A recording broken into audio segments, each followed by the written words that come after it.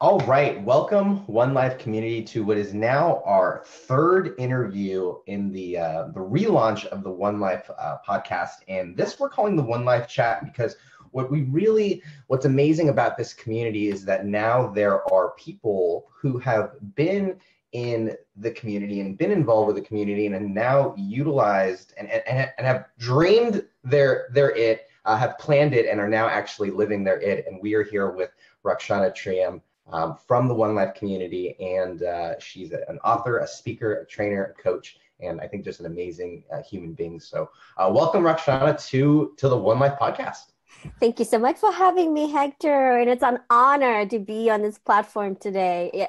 This is where my journey began, my transformation journey began. So thank you for having me. Yeah, I was telling you before we got started that Tim Rode, the founder of One Life, he personally recommended you as someone who exemplified what One Life is all about, and what and you are really the human success story and the human trophy that we can kind of shine as an example for everybody else. So you now are living up in the Pacific Northwest, right? You have you have this kind of amazing kind of lifestyle now, but it didn't start there, right? It didn't actually start there, and you went through what a lot would call a very traumatic journey, and something that might have taken a lot of people off of this path, but still you are here and rocking and rolling and helping people to live their dream life now. So can you take us back? You were born in Mozambique and somehow found a way to be impacting people, at the highest level here in the US. So can you fill in the gaps and fill in the blanks on how you got here? Absolutely. And thanks again, Hector, for having me here. I'm very honored to be here. So my journey started when I lived in a refugee camp for 10 years. I lived there, and part of living in the refugee camp, there is no resource of food. As an older child, I waited in line for food, and I would be doomed the days where I didn't get food because I was responsible to feed my family. And I had to create different ways to be creative how I would come up to feed my family. So it was my responsibility to wait in line, feeling the sun hitting 114 degrees, peeling your skin, not knowing if you're going to make it to the beginning of the line to get the food, which was 2 scoops of beans with some bugs on the top. And we did this for 10 years. I was very fortunate enough in my family to come here in 1992 as an asylum. And part of coming to America is like, it's this beautiful gift. And it's not until 1992, life started happening. I came here as a 15-year-old. And then so much trauma happened through that. But as an adult, you don't realize how much trauma you carry into your life. It's not until I ran away from home. I had 3 beautiful children, and then I got divorced. And then one day my kids said they want to go live with their dad. There was a lot of shame. There's a lot of guilt coming from Africa. I failed as a mother, or to any mother. They feel like they have failed as a mother. And I felt that this is maybe the best time to find out who I was. So I had all this time to, by myself, to learn who I was, by myself, to figure out who is Rakshana Triam. And at that time, I got to a point where I was very ill. I had severe backaches due to the weight that I was carrying. I was at the weight of 210 pounds. I had severe headaches due to the weight because of that. And people don't realize that the weight we carry in our body, it's all the pain and the trauma that we're carrying from our past. And then that's when in 2014, as I was going through that pain, my husband was working with Tim Rode. He said, we're going to go to a One Life conference. I was miserable. I didn't want to go anywhere. I just want to be in the house.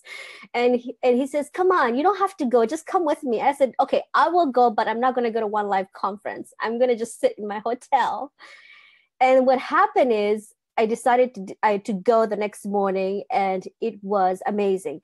All I could experience is Tim was jumping up and down on the stage. The energy of the room was inviting. The people were incredible. And I came from that conference in 2014, and I made massive changes. And that's when I met Hal Elrod, the best author of Miracle Morning. And I read his books. I got the tools, and I took those tools and implemented which now it's called a community that I started based on my transformation. So that's a little bit about my background. Yeah, that's so powerful. And there were so many things out there, Rakshana, that I'd love to dive into, because it started out, you said, well, it started with 10 years in refugee camp, and then we went straight through that. So I'm curious if that is something that for you, that you looked at that part and you just kind of moved past it as a piece that doesn't, I find that I like, for certain experiences, I just don't think about them a lot, because I'm like, it's not valuable right now to revisit that moment, and we're living now in the present, not in the past.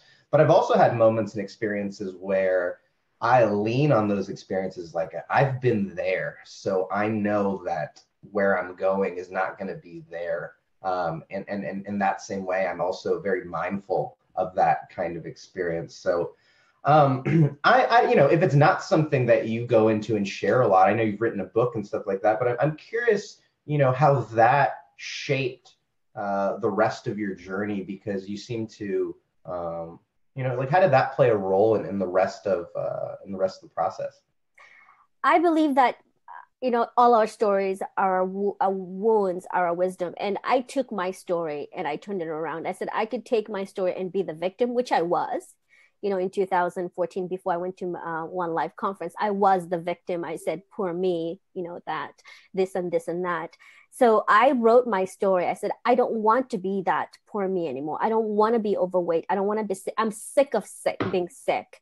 And taking that story is what I did is I created a community where I inspire women to be out and active. And through that community, we shared our stories. So the journey of my story also started healing, because then I started hearing other people's story. Then I realized that I was not alone into that pain. I was carrying this pain. Just imagine, I was carrying this pain for 25 years, which manifested into the health problem that I was having.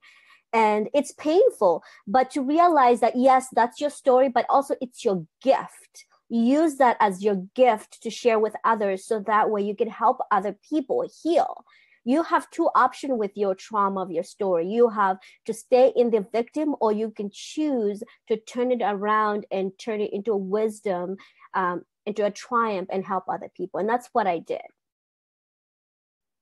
Is that something, because I maybe this is just a selfish question, was there a moment where you realized that you had to change, right? Where you went from victim to taking responsibility? Because I think that a lot of young people, I work with a lot of young people, and it's very easy to play the victim role of school, parents, whatever it is, and of much lesser circumstances. But for you, was there a moment that changed that all for you, or what was that process like of really going into taking responsibility for kind of where you were at?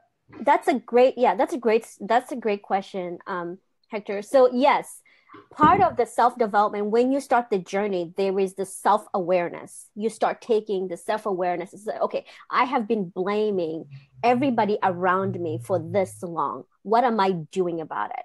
And that's about taking the steps to change. So I was blaming my siblings. I was blaming my past. And part of the self-development journey that I took, I started writing the steps, what I'm going to do to change that. Okay, so that happened.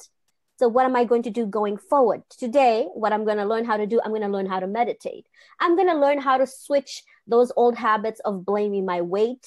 By changing those habits, instead of watching TV in the morning, I'm going to start going to the gym. It's finding new ways to switch old ways and replace with new ways, and implement them into the new habits, where you can take them into the new journey. Because if you want to be healthy mentally, emotionally, physically, you have to be able to shift and take those let go of the old habits and implement the new habits. So self-awareness is really the key that came in helpful for me. You talked about that being something that kind of changed the game, right? You mentioned both of our kind of mutual mentor, Hal Elrod, and also the community of the One Life, which is what we're kind of recording this for. So I guess I'm always curious into the transition, because you initially pushed away the conference. You said, I don't want to do that. That sounds terrible. I just want to be my, and I've done it as well. I just want to stay in my sad, lumpy, depressed, self. And you found a way to utilize what may not be very sexy to a lot of people. Mm-hmm. So why was personal development, why was personal growth, why did that become something that you now teach, that you now coach, and you help business owners and women to now implement into their own life? Why was it important enough for you to dedicate essentially your life to? I saw what my life happened. I saw the steps. I mean, I had made so much transformation within that the first year, the second year, the third year. And I saw how helpful it is. And I said, if I can turn my trauma into wisdom, into triumph, I can help a lot of people do the same thing. And I saw that because I was working in a social work environment, and I was not feeling motivated because we're stuck in this old ways of thinking.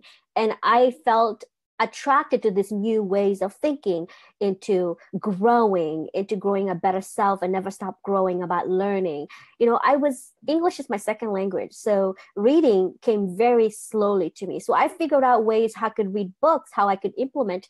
Again, it wasn't, like you said, it wasn't really sexy learning. It's uncomfortable. Learning is uncomfortable for anybody, but I craved that life for where I could have peace, where I don't have to carry shame with me. I carried shame with my body and my story from my past, and I didn't want that. But I wanted that beautiful lifestyle that I saw from all the people that they shared on One Life Conference. I said, I want that, and I'm willing to do what it takes to get there. So I saw my journey, and then I saw so many people that I was in One Life community sharing their journey. And then I felt like I'm not alone. This is great. I want to share this with the world. I don't want to keep it to myself. I really feel that when you have this wonderful gift, this lifestyle, you are creating this beautiful lifestyle, you have to share it with the world, so that way you can help the world also create this beautiful lifestyle and make them believe that if they want it that bad, they can go get it. Yeah. It seems for us on the other side so simple, right? Because we've gone through it. What were some of the big things for you? What were some of the big things? And we've got, I lied. I put this out on my personal profile, so everybody in the world is watching this right now. So you guys can chime in. This was only supposed to be for the One Life community, but I'm a big. Thank you. So thank you for sharing. It's shared with everybody. And my God, thank you, Hector. I really, really am thankful. So thank you. Yeah, well, Jeremy said, "Where'd you meet this rock star?" And we have someone following from New Jersey and all over. So what were some of the? You mentioned getting up and going to the gym in the morning instead of watching TV. What were some of those decisions or some of those habits that you decided to change that ended up turning into a big difference for you? Yeah, so one of the things I was saying is I had a lot of severe backaches because of the weight I was carrying in my body. So I am 5'4" exactly, and I was carrying 80 pounds on my body, and it was causing a lot of headaches and my food habits too. So I noticed that, okay, so what am I doing every weekend? I'm watching TV every weekend. So I said, well, how about if I replace my TV by going to the gym? And then when I created this community here in Oregon, I said, I'm going to start leading walks. And then I started getting healthier. And then I started challenging myself to leading hikes. So 1 week we'll do 3 miles. The next week we'll do 5 miles. The next week we'll do 7 miles with a little elevation. And then the next week we'll do 10 miles and maybe steps included. So I just kept challenging myself. I think when you start going into self-development, you start growing, you start figuring ways where you can challenge your body to do different things, just like this new muscle thinking. And then I got to a point where I said, I'm going to climb a mountain. I climbed Mount St. Helens, which is out in Washington. And I didn't think I could do it. But again, 80% of all the work was in the mind, was the mental work. It wasn't really the physical body. And when I got to that mountain, it proved to me that everything I was doing in my life was a lie. I was telling myself a lie. Is our body is capable of doing so much if we give that chance, if we exercise that muscle, if we exercise that mind. And I cried so much. I'm going to say this, Hector, it was not easy. I struggle with my own demons. I think everybody does. There's moments where like, I don't want to go to the gym. And I say this to myself. I said, if I show up, eventually my spirit will follow. Just get the body there. The spirit will follow. So it's not exercise that's become a big part of me, but it's also just being outdoors and making things, doing things that I love, being in nature, and also inspiring women who are struggling with their health, just to implement one habit, just one. And then when you feel better, you build the confidence, you're going to build another small habit, just little by little, baby step, just like how the baby learns how to walk. The first time they take one step and they fall down, the second time they take 4 steps, and the next thing you know is they're running. It's the same thing. You're teaching your muscle how to build that strength to do newer things and new habits. It's so especially with health and with fitness, and I'm curious, when you started to make strides in your health and with your your physical fitness, did you see that bleeding into other areas of your life? Did you see that those mindsets started happening in your in your business or in your relationships or in anything else? Yes, I saw it everywhere. I saw with the people I was involved with. I saw all my friends changing the way they think. And some of the friends actually veered off. I saw how, like I say, I think that mindset changing also helped me into building my own business. I used to work for someone else. I used to work for a business, and that's how it veered me into creating my own business, because I could not tolerate that old mindset anymore. I said, I can't change how they think. I try to influence them. I can't do that. I'm going to influence things that I have control over, and then I can help other people who want to be helped, and they can come to me, so that I have control over. So yeah, that has been the journey of transformation. I started off in sales, and it was interesting because whenever I started getting in better shape, my sales always went up. And it was just because, I let's see, I don't think you can see it. Oh yeah, you can see it. I have one kettlebell, and it's just, oh, that's a good one. It's just a big ball of metal, steel. And when you have this 45-pound ball of steel over your head, all of a sudden everything else seems a little bit easier. That's a great reminder. I like that. It helps me to push past those mental barriers, because you're constantly fighting through it when you're working out, and you're constantly saying, okay, get through this rep or push through this. And I find myself, when I'm working out, I coach myself in the business as well. And it's like, okay, finish, do the thing we're supposed to, get through the to-do list. And those things kind of bleed over. So this has kind of led you to starting your own business, and you now help specifically women and entrepreneurs go out there and kind of create purpose-driven businesses. Can you share kind of what that transition was like for you from going from corporate to starting your own business? I think a lot of the people who are watching would love to be able to quit their 9-to-5 and would love to be able to. I think is that a home office there? Are you at home? Yes, it is. I mean, it's great. Like I'm so grateful that my commute is past my closet. Like that is yes. the best commute ever. Mm-hmm. So what was that like? And for going from someone who is very entrenched in the corporate world, you had already kind of, I think, had a family, you already had all these responsibilities, and you still, as we say in One Life, you still dreamed it and planned it, and you're living it. So can you specifically talk about what that transition process was like from going from basically an employee to a business owner, an entrepreneur? Absolutely. So one of the things I said when I started going in self-development is I started dreaming how it would look like to have my own business, but I was so scared. And so I talked to my husband and I said, listen, I want to start my own business. And I know this is really, really scary. So what I did is I started, I had a commute 1.5 hours driving from my home to my work. And then I had another commute, another 1.5 hours, maybe sometimes 2 hours because it was Friday night. So I used that time to study listening to audiobooks, to listen to podcasts, to listen to all these entrepreneurial mindsets. So I was already priming my mind, getting my mind ready into getting into the business mindset. And then I put a plan together. Actually, I had to hire a coach because I was so scared to do it alone. I put a plan together, and we put like a 3 months plan together, and then I backed up and I couldn't do it, leave my job. And then we put a 6 months plan together. So what it did is once you put a plan together, it forces you to finally do that move. And I already had paid the coach. I already had said, I'm going to quit my job by this time. And then I had all these things going on. By the time I quit my job, my plan was to have at least 6 clients. And I'm going to tell you, it was not easy, because leaving my 9-to-5 job, what had happened is I had put systems, like I created the content, I created the website, I created everything. And I had actually 4 clients, which were all my friends who paid me, which made it easier. And then they gave me a great testimonial. And then finally, I left my job. But I was working 2 jobs probably for about a year and a half. So I was working my regular 9-to-5 job while I was doing my business. So on the weekends, when everybody was out in the summertime having a great time, I was working on my business, putting everything together, doing the videos and all the content and the things. So was it worth it if I had to go through it again? Yes, it was, because then I know what it took from 9-to-5 to get here.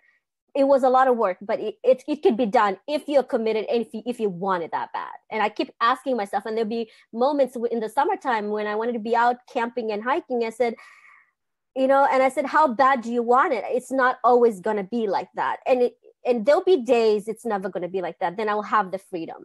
So that's how it ended up to be. Yeah. I remember my very first, I started in sales, and I remember being out, and I was passing out flyers out in Palm Springs, California in the summer. It was like 104 degrees out. And I remember saying, I'm doing this now, so I'll never have to do it again. Just like over and over, I'm doing this now, so I don't have to do it again. And, I think that those moments are important, because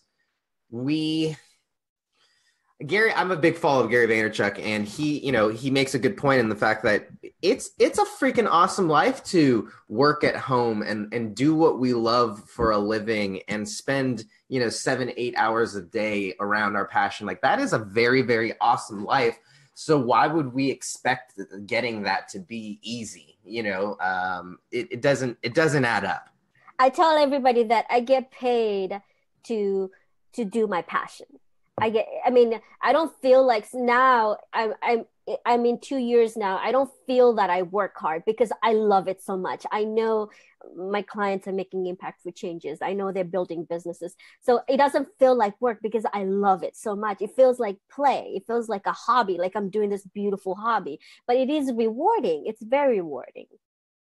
So because this is what you do. So is there like a path or a prescription or steps that you think are, or what someone should take? Or when let's say, someone hopping on like Amy or Kelly, and they come to you and they say, okay, you know what, Rakshana, I am fed up. I want to start my own business.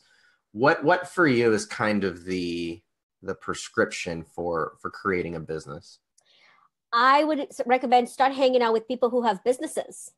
I was hanging out in One Life community. All these people had businesses. I thought that, for me, that was sexy. I had these women, the kids are moving out, or they're having their second, third business. And then I was already associated with that. I had that influence. And then I was not doing what a lot of people are doing. I was listening to books. I was watching, reading books and listening to a podcast.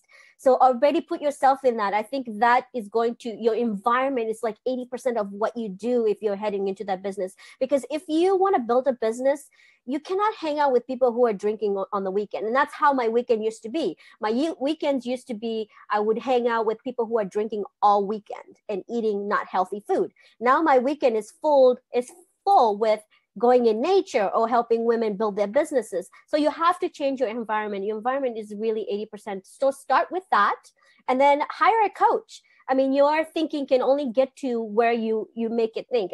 You need someone to help you, give you the tools.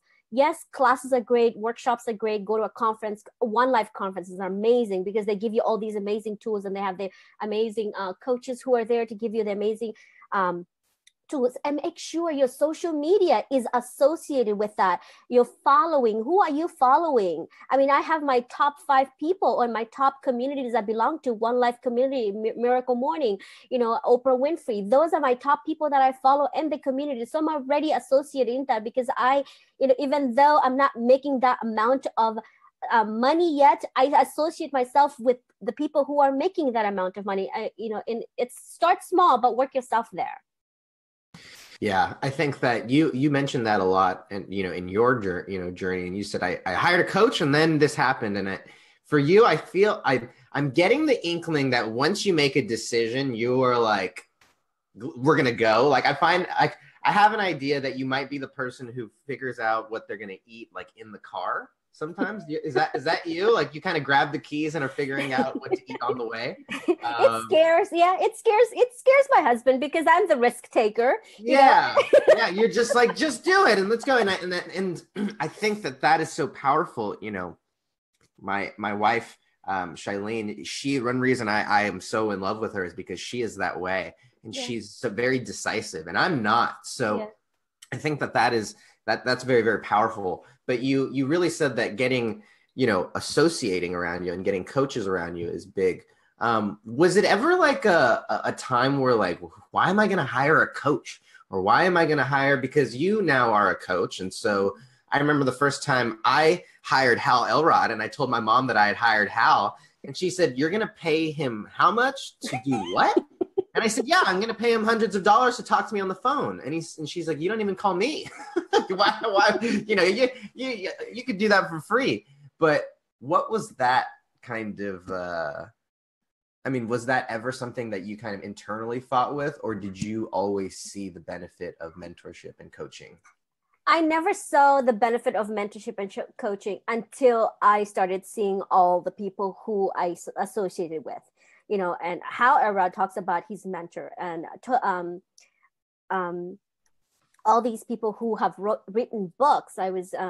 They have talked about their mentors in their books. And I think being in that environment, it really forced me. And I really did not want to hire a coach, but my husband also hired coaches. He has worked with Tim Rode, and he's like, hire a coach. And it's amazing, because when you hire a coach, you know that what your money is going to be. You're going to work hard. You're going to work your butt off, because you want you pay attention. When you put the money in there, they're not only just successful, you're going to pay more attention. So now when I see these coaches giving free webinar, and the value, and I'm like, I really appreciate the value, because what they're teaching is so much valuable. They come with so much knowledge, and they have experienced so much life, and they're giving it out. And I believe that. I really, really believe that. So yes, be associated with different people who are into that, career field, whatever, and make sure that, hire someone who, if you don't, how are you going to move forward? Your thinking will only get you to an extended level thinking. Your thinking got you where you are today, and you want to move forward, hire someone else who's going to help you move forward.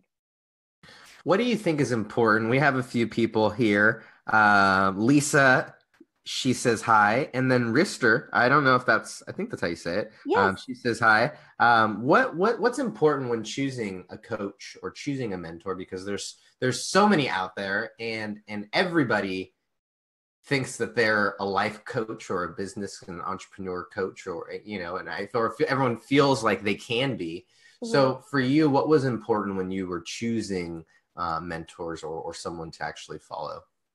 For me, when I started looking into coaches, I looked at someone who had a rough past, who I could associate with, who had gone through those moments they fall apart. And for me, I hired someone from One Life Community because I felt comfortable, and I've seen her. Her name is Rhonda, and I've seen her before at conferences. I had talked to her. She gave me so much value. And part of hiring a coach is the same thing. You are interviewing for someone because you're going to be working with this person. You're going to build a relationship. You're probably going to work together in the future. Every coach is not good for you. You have to make sure that you are a match. I have interviewed so many clients, and I will say that, I don't think I'm a great match for you, but, talk to this person, talk to that person. It's good to keep an open-minded. Don't be stick with just, I think as human beings, we get emotionally attached to that one person. I want her to help me. And, not everybody is for you. And I know that not everybody is for me. Even though I talk about Oprah Winfrey, maybe she'll be a great coach for me. Maybe she's not when I get to meet her. But, it's like that knowledge that will work, the life path that you go through, you can understand each other, that you can connect. It's really up to you what you feel comfortable. Yeah, I think that like it being a good match, because there's plenty of good coaches who have the knowledge and the information that may be helpful, but for whatever reason we don't jive or vibe, and our alignment just isn't there. So I very much agree with you in terms of alignment. Yes. We've had some awesome stuff here. This is so amazing. I know you canceled plans today to be here on this interview. Where I'm curious now, because you've written a book, you have a coaching business, you have a speaking business. So what takes up most of your time, and what are you focused on right now in terms of kind of you living, like when you think about your dreams, your plans, and how you are planning on living your future, what does that look like for you? I mean, it's the freedom. It's the freedom to do whatever I want at a certain time that I want. I have my oldest girls. My oldest is 22. My middle one is 19, and I want to spend more time with them. I want to spend, like, let's say I want to get a trip where I can go to Hawaii for a month.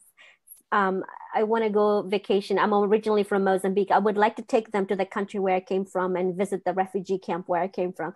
So for me, it's freedom of to have the finances so that way I can create. And of course, for me also, it's a peace of mind. And a peace of mind is not allowing my past dictate my future. And I have done a lot of work on myself through meditation, so connecting with Mother Nature. But that's important to me, to have peace in my mind, peace in my life, and then to create, so that way I can create the life that I want. What's interesting is that, money didn't come up, that money was not, what I think is that a lot of people who started businesses maybe 5-10 years ago, 15 years ago, it was very much money driven. I want to make money. But now it's very much more of, I'd like my time back. I'd like my life back, yes. Which is huge. So let's see here. I had a question, but my mind is going blank. But I do have written down that what's awesome is you are having a retreat in a few months. So at the end of the summer, you're actually going to be bringing women together to get, to talk about a lot of the things that we talked about today, and to get their mind right, to experience nature. And they're going to be masterminding with other women and stuff like that. Can you share a little bit about the event that you have going on? Yes. So I am helping women who are wanting to start a business, and it's going to be more of a mastermind. And some of them are moms and some of them are not moms, but we're going to have a good 4 hours of a system, how to create a business, a plan to create a business. And then it's fun. We're going to go in nature. We're going to go hiking. We're going to go to a waterfall. We're going to meditate, and we're going to also write the letters to our future. I believe in writing, in journaling, and putting that imprint into the future, because if we don't write down things or plans, it will never happen. And then we're going to write down at the campfire and write the letters to our future. So powerful. And I think that one thing that I guess I wanted to touch on earlier that I'm sure is going to be there at that event is that what I love about the One Life community is there's all people of all levels of mastery, right? I mean, there's people who are brand new, people who are masters, and people kind of what Tim says, well on their way. And I think that you are someone who, when you've kind of gone through all three of those phases, and I really want to commend you for that, because a lot of people will veer off at an earlier stage. So before we kind of wrap this up, and before I want to have you share a little bit about where people can find you. After all of this, right? Because the title of this call was, I'm very bait clicky because I'm a marketer. So it was how an African, and I'm sorry because it's sometimes just headline reading, but it's how an African refugee achieves success. So I like that. I like that. And it's true. So what would you say is the answer? How did you do it? How did you achieve success now that you're here? And I'm sure you probably have a world of success ahead of you, but but looking back on it, how did you get to this point? The influences. I mean, I have to give it up to Tim Rhode. I have to give it up to all the people in One Life. I wouldn't be here if they didn't share their story, for them to be vulnerable in sharing their story, because their story connected to me. Their story got me where I am today. And I said, if Hal Elrod, oh my God, whatever he went through last year, could get to this far, why not me? You know what I mean? And he's here from US. Why not me? And I think a lot of people question that. It's not for me. Why not? I'm going to ask you, why can't you have that successful life that you dream of? You know, and I think really Tim Rhode, with his One Life community, he planted a seed, and I took that seed and I planted an apple, which I have an abundance of amazing apples. And that's all I did. And he just planted that seed in 2014. And I'm very grateful, even though I didn't want to go to that conference, I'm very grateful, because I did massive action. I took action, even though I didn't want to. I took my action, and I continue taking action. So really, I feel like it's important just to be around the people that you want to be around, be like. So powerful. Yeah. Roxana, thank you so much for coming on and doing this for the global community, but come hang out with us and Roxana in the One Life community. And Roxana, if they want to find out more about you, where should they go? And if they want to, find out more about the event in August, where's the best place to kind of follow up with you? So they can look up Roxana Treem. It's a public page. All the information is on there on Facebook, or they can check out on the website called it's called womenslifestylecoaching.com. And also I do have a community where I help women. I give a lot of value. We talk about different topics. It's called Women's Lifestyle Community. It's on Facebook. Women can join. I'm sorry, guys. And but your wives can join and your girlfriends can join. Roxana, quick question. Do you want them to follow up with your personal profile or your business profile? Do you want them to like your business page? Yeah, the business page is Roxana Treem. Okay, great. And I'm going to put them here in the description so that you guys can go and check it out. So I'm going to ask in just a second for the group as well. And what's kind of the focus of the group? The focus of the group is the personal development. I'm always bringing in different topics: how to change your story from trauma to success, how to change your story from wounds to wisdom. So we're always changing the way we think.